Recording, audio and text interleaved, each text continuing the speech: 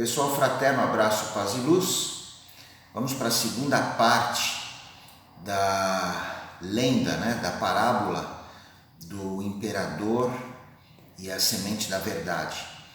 Só para recapitular, o imperador precisava de um sucessor, chamou as crianças do império, ali do reino, dando a elas, cada uma delas, uma semente, chamaria essas crianças semanas depois para ver aquela que conseguiu cultivar a melhor flor.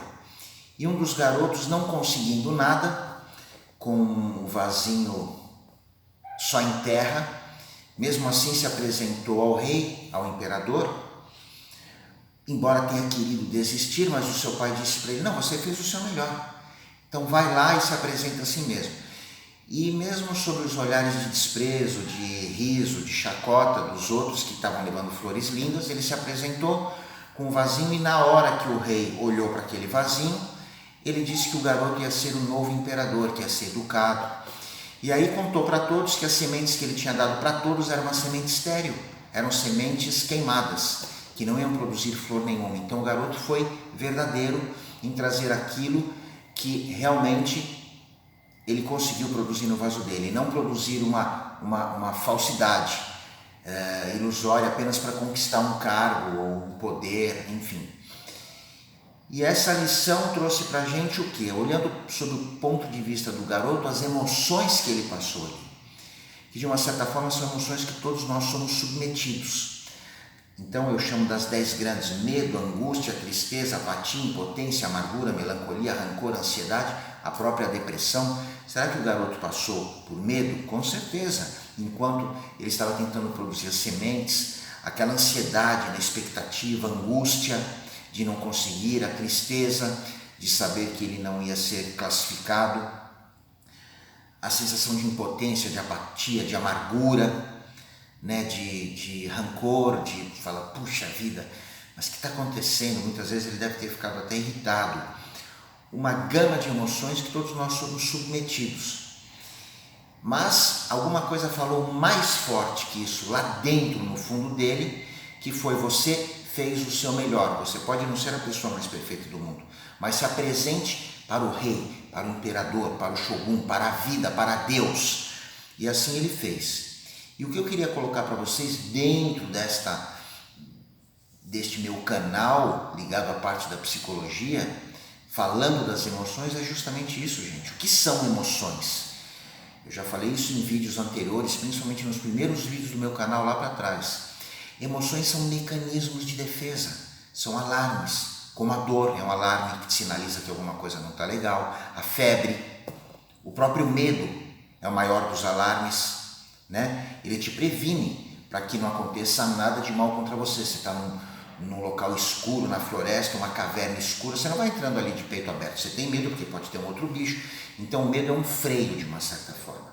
Agora, essas emoções todas, medo, angústia, tristeza, apatia, impotência, amargura, melancolia, rancor, ansiedade, culminando na própria depressão, entre outras, são estes alarmes, como a dor, como a febre, que existem para o nosso bem. Estão desequilibrados quando eles estão superlativados, quando eles estão em exponência muito alta, e não é para ser assim. Então, em primeiro lugar, para a gente entender estas emoções, elas são ancestrais na gente, na nossa genética, tem milhares de anos. Elas estão em áreas muito primitivas do cérebro, sistema límbico, ínsula anterior, córtex cingulado, tálamo, amígdala, lóbulos temporais. São áreas ligadas ao instinto. Por isso que instinto e emoção orbitam, gravitam na mesma frequência vibratória, ondulatória, na mesma tônica, em 20, 18, 25, 30 Hz por segundo, frequência de ondas beta. Você faz um eletro, são as frequências que nos mobilizam para a vida. Então a gente vem com todo esse paramental, com todo este arcabouço de ferramentas para nos defendermos na própria vida. Só que a gente não tem só elementos de defesa. Nós temos elementos de transcendência que estão em outras áreas do cérebro, novas, o neocórtex, não no córtex, nessas áreas todas que eu falei, ligados a sentimento e intuição. Então, se primeiramente você tem um instinto e uma emoção, o que é uma emoção? É um instinto refinado. Se você refina, o que é um instinto? O que é uma emoção? É um instinto refinado. Se você refina este instinto, ele vira emoção. Se você refina esta emoção, você muda de frequência vibratória, de área de cérebro, você dá um modo de dizer, um salto quântico. Você vai para o sentimento. O sentimento é uma emoção refinada. Uma emoção refinada, ela era antes um instinto. Você refina este sentimento e ele vira intuição. Então é bem isso, um engloba o outro e não é por aquele englobado. Você tem um instinto, refina, vira emoção. Refina, vira sentimento.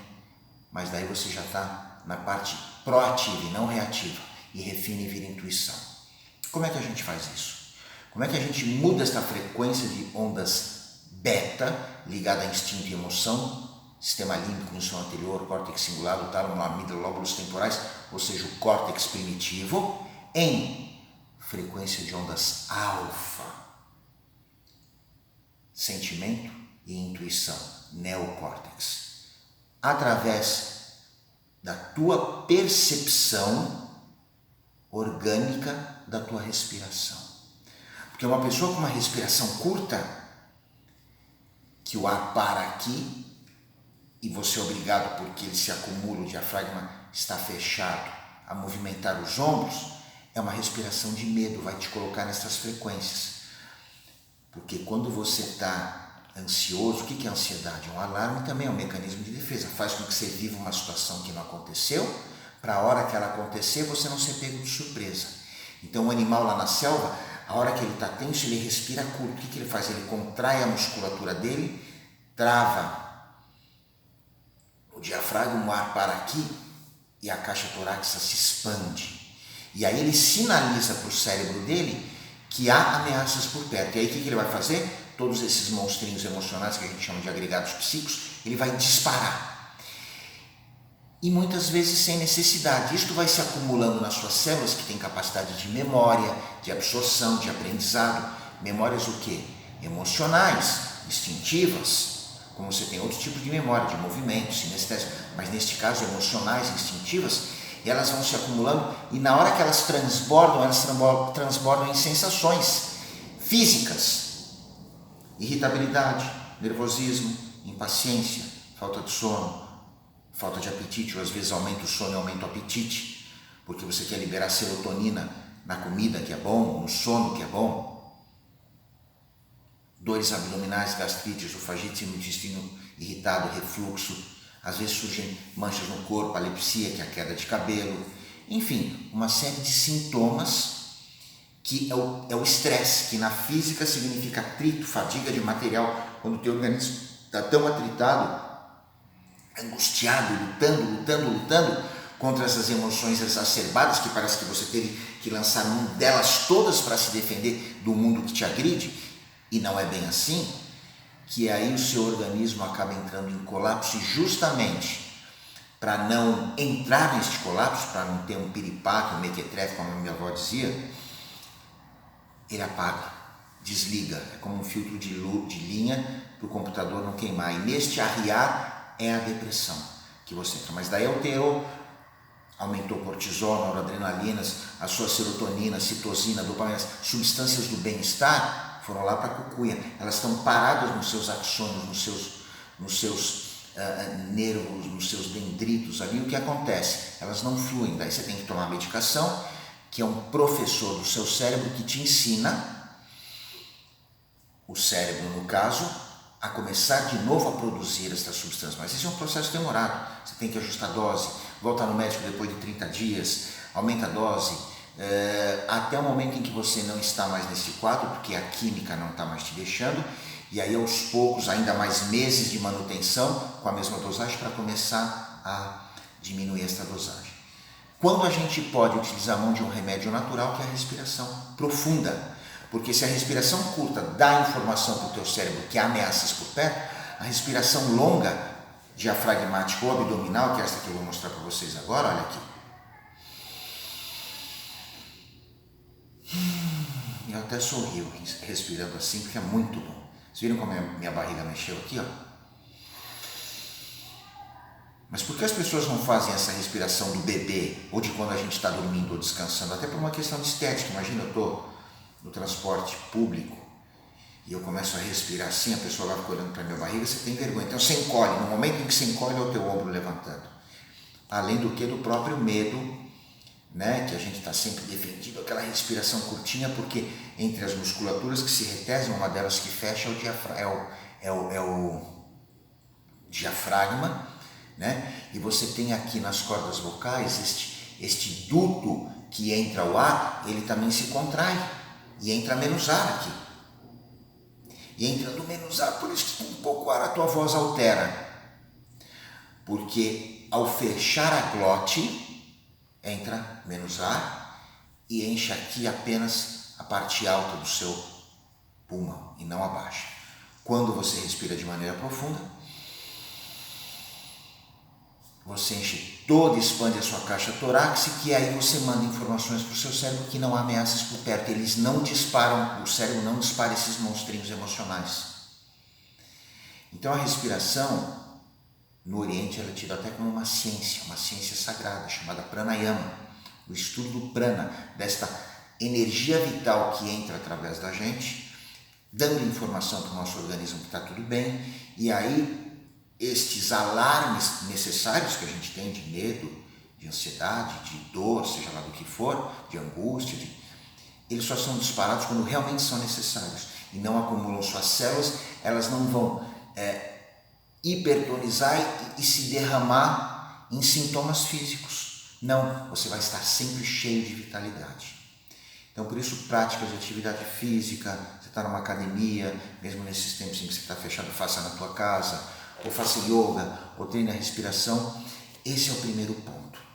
E o outro ponto que eu quero dizer para vocês é o seguinte: oração. Capacidade que você tem de introspecção e conversar com o Deus que existe dentro de você. Se você consegue pôr na tua vida um ritmo de oração, você vai ver como você se sente mais fortalecido. O oposto é verdadeiro. Se você está com medo, meu Deus, eu vou ficar doente, e começa a imaginar nas consequências de você tendo ficado doente, o que vai acontecer com você, parece que aquilo vai acelerando dentro de você, o teu coração começa a bater de maneira diferente, mais rápida, e aí todas as reações fisiológicas do medo, né? Tua pupila dilata, sem você perceber, porque na noite o animal precisa aumentar a capacidade de visão para encontrar, para ter mais incidência de luz, para fugir. Teu coração dispara, você tem uma cardiovascular, você tem que sair correndo, você começa a suar por conta disso, você começa a ter vontade de ir no banheiro para urinar, excretar, porque se o animal é ferido nessa região não vai se contaminar com sangue. Você fica pálido, porque também o medo traz isso no animal. O sangue fica concentrado dentro do corpo. Se ele fluir para a periferia e o animal é ferido ali, ele tem mais capacidade de sangrando, ter mais hemorragia. Só que a gente não percebe esses sintomas físicos. Isso eu estou falando só do medo.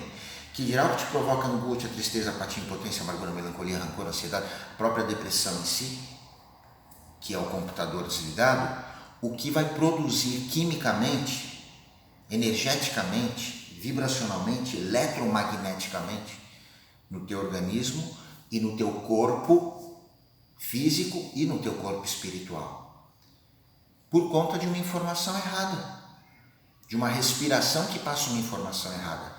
Você corrigindo a respiração, a informação passa de maneira correta e esta célula que tinha medo de se abrir para não receber um impacto e transbordar, o que ela faz agora? Ela se abre, ela aumenta a capacidade dela de memória, de absorção, de aprendizado, e aí de repente você pode até substituir uma mecânica de fracasso, de insucesso, por uma mecânica de sucesso, um comportamento reativo por um comportamento proativo. E a oração, hoje em dia a ciência está descobrindo, a oração faz com que organelas como por exemplo a mitocôndria, que não é só aquela organela que leva energia para as células, ela leva também a intenção do sentimento, do pensamento. Olha que eu estou falando de sentimento, eu não estou falando de emoção, a emoção do sentimento. Qual é a diferença entre emoção e sentimento? Sentimento é uma emoção falada, verbalizada, orada, cantada, identificada. Aquele ente que você criou, que entrou lá dentro, o monstrinho emocional, você tira para fora e olha no olho dele. Ele já não tem mais a mesma força. Então, por isso, pessoal, quando eu contei lá no vídeo anterior aquela historinha do rei, este garoto disparou todos esses alarmes dentro dele, todas estas emoções.